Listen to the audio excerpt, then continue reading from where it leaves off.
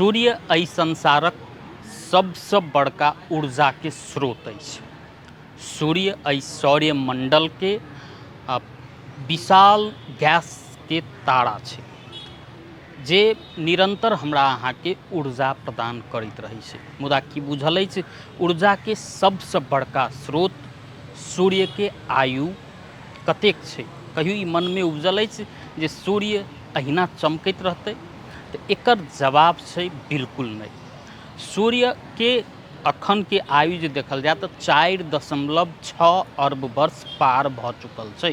मुदा नासा के वैज्ञानिक सभक अनुसार सूर्य अपन अखन मध्य चरण के जे आयु छै ओहि में छै, अर्थात सूर्य अखन बूढ़ायल नहीं छै।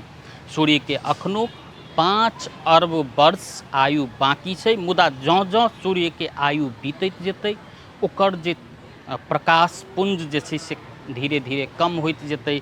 अखन वैज्ञानिक सबके अनुसार सूर्य के जे प्रकाश अखन अपन चरम पर छै, देखैत हेबै जे तापमान सेहो बढ़ैत जा रहल छै एहि संसार में।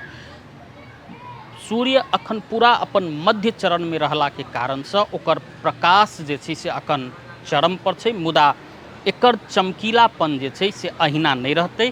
आबऽ वाला 10 अरब वर्ष के बाद में सूर्य पूर्णतः प्रकाश विहीन भऽ जायत।